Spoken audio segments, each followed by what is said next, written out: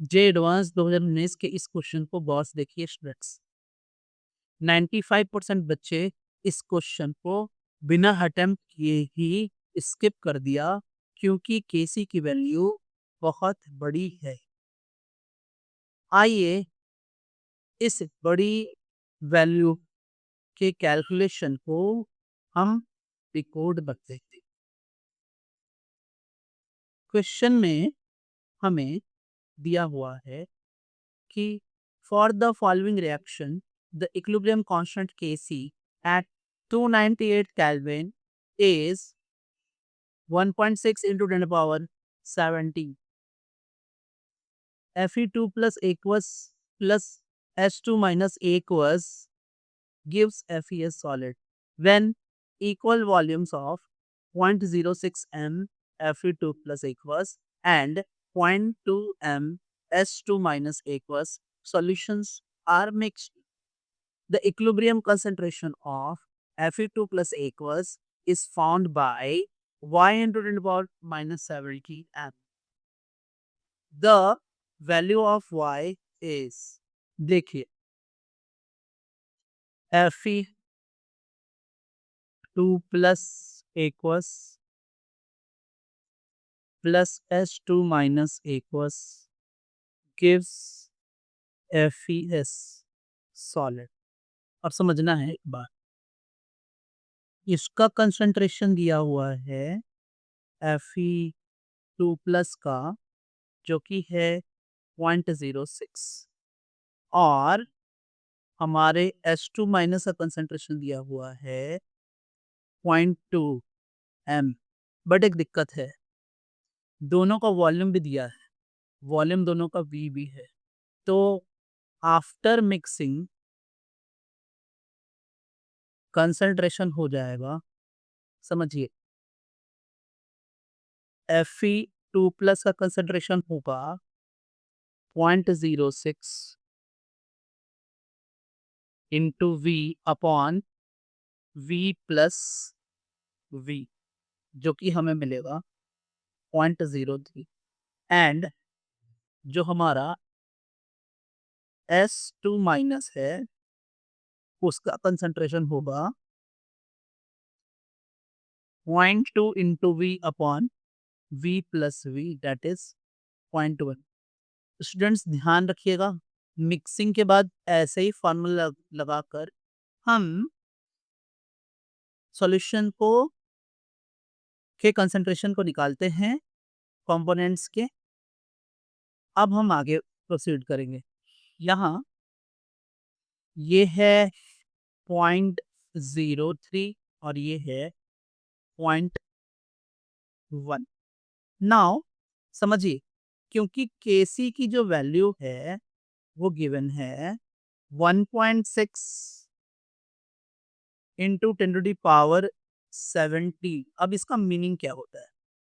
देखिए, मैं एनसीईआरटी के हिसाब से बोलूंगा, क्योंकि Kc की वैल्यू बहुत बड़ी है तो इसलिए ना इसको बोलते हैं प्रोडक्ट प्रेडोमिनेंट, प्रोडक्ट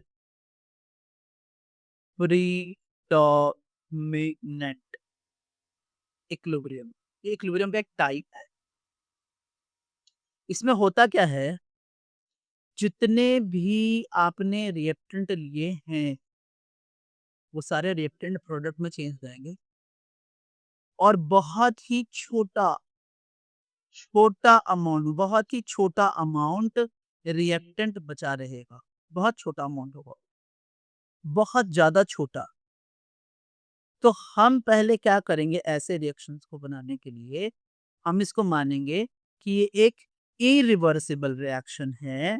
और अगर ये एक इरिवर्सिबल रिएक्शन है तो ये रिएक्शन से फॉरवर्ड जाएगा। तो उस केस में 0.03 is the limiting reagent and now ये हमने जो कैलकुलेशन कर रहे हैं वो इरिवर्सिबल के हिसाब से कर रहे हैं। Minus 0.03, 0.1 minus 0.03 and this will, यहाँ भी 0.03 होना चाहिए लेकिन ऐसा नहीं है क्योंकि ये तो सॉलिड है ना, क्योंकि ये तो सॉलिड है ना, तो सॉलिड का तो एक्टिव मास होता ही नहीं है, तो इसके लिए हम कंसंट्रेशन लिखेंगे ही नहीं। ठीक है, अब बात आती है कि ये हम 0 लिख दें और यहाँ हम लिख दें 0.07। लेकिन रुक जाओ, हम यहाँ 0 नहीं लिख सकते। रीज़न क्या है? देखो, अभी तक जो यहाँ हमने कैलकुलेशन करी थी इस जगह पर जो कैलकुलेशन करी थी, वो कैलकुलेशन हम इरिवर्सिबल मानकर कर रहे थे, क्योंकि रिएक्शन प्रोडक्ट प्रीडोमिनेंट है, Kc की वैल्यू बहुत बड़ी है, इसलिए मैक्सिमम रिएक्टेंट जो है प्रोडक्ट में कन्वर्ट हो जाएगा, लेकिन मैक्सिमम सारे नहीं। कंसेप्ट यही है इस क्वेश्चन का, सारे नहीं। इसलिए हम यहाँ मान लेंगे कि जो बचा है वो x बचा है। बहुत छोटा है, बहुत ही छोटा है, बट वो है x। अब आगे की बात करते हैं, सुन। तो क्योंकि ये x है, ये 0.03 है, तो इसका कंसंट्रेशन तो हम लिख नहीं सकते क्योंकि ये सॉलिड है। अब बात आएगी हमारे Kc के इक्वेशन पे, या Kc कैसे लिखे हम, है ना? तो हमारे लिए प्रोडक्ट तो है ही नहीं, क्योंकि FeS सॉलिड है। अगर मुझसे लिखना भी चाहें तो एक्टिव मास कुछ नहीं आएगा, तो 1 अपॉन हमने लिखा Fe2 प्लस का कंसेंट्रेशन एंड S2 माइनस का कंसेंट्रेशन। ध्यान दे स्टूडेंट्स। अब Kc की value 1.6 into 10 power 17 and is equals to Fe2 plus की जगह पर x रख देंगे एंड S2 माइनस की जगह पर रख देंगे 0.07। और अब आप ध्यान दो कि यहाँ से आपका x निकल जाएगा, जो कि Fe2 प्लस का कंसेंट्रेशन है, एंड दैट इज 1.6 और हमारा into 10 to the power 17 into 0.07 और ये 1 अपॉन होगा। ठीक है, ये आ गया हमारा x। अब जब हम इसे सॉल्व करें तो हमें x की वैल्यू मिलेगी, that is 8.9 into 10 to the power -17। तो ये था हमारा फाइनल आंसर स्टूडेंट्स, है ना? तो आपने देखा कैसे हमने सॉल्व किया।